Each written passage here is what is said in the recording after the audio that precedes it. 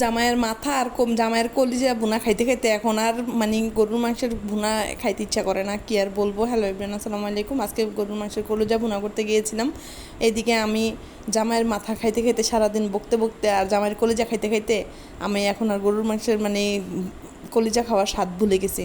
তো যেই কাজ সেই গরুর মাংসের কলিজা আজকে আমি অন্যভাবে একটু ট্রাই করব। প্রত্যেকবার গরুর মাংসের কলিজা সিদ্ধ করে বসাই, এবার একটু অন্যভাবে স্টাইলে বসাতে চাচ্ছি। আমি এখানে হলুদ মরিচ যত মশলা ছিল, এলাচ তেজপাতা একদম ধনিয়া গুঁড়া জিরা গুঁড়া হলুদ, তারপরে রসুন বাটা পেঁয়াজ আদা বাটা সবগুলো দিয়ে একদম বসিয়ে দিয়েছি মেখে জোখে তেল দিয়ে।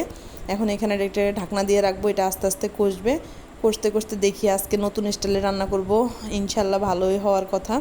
যাক, অনেকে বলে এরকম কলিজা থেকে নাকি কালো পানি বের হয়, কই এখানে তো বেশি এত কালো পানি বের হয়নি। আমিও খুব ভয়ে ছিলাম, না জানি কীরকম হয় সিদ্ধ ছাড়া রান্না করতেছি।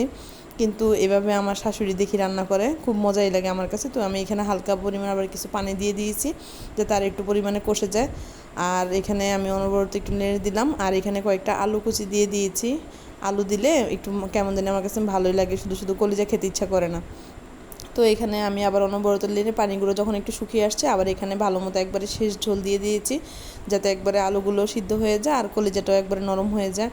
তো এই তো আমার এখানে পানি কমে আসছে আর এখানে ঝোলও কমে গেছে, একদম মাখা মাখা হয়ে আসতেছে। মাখা মাখা হয়ে আসলে এখানে আমি চুলা থেকে নামিয়ে ফেলবো। এখানে আমি একটু গরম মশলার গুঁড়াও অ্যাড করে দিলাম নামানোর আগে দিয়ে।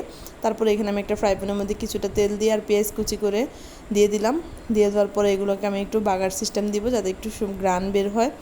রসুন দিয়ে দিলাম না, এখানে আমার পেঁয়াজ কুচি ছিল তো এটা দিয়েই ট্রাই করে ফেললাম। এখানে আমি পেঁয়াজগুলোকে সুন্দর মতো একদম বেরেস্তার আকারে সুন্দর মতো একদম করে নিব, লাল করে নিব। যখন দেখবো সুন্দর মতো লাল হয়ে আসছে তখন এটাকে আমি বাগার দিয়ে ফেলবো। এই তো ব্যাস হয়ে গেছে আমার কলিজা ভুনার রেসিপি। সেই একটা সুন্দর কালারও আসছে আর খেতেও মাশাআল্লাহ অনেক মজা হয়েছে। আমি তো ফার্স্ট টাইম ট্রাই করলাম এরকম সিদ্ধ ছাড়া রান্না করা, ভাবছিলাম কেমন হয় না কেমন হয়, দেখি খুব ভালো হয়েছে।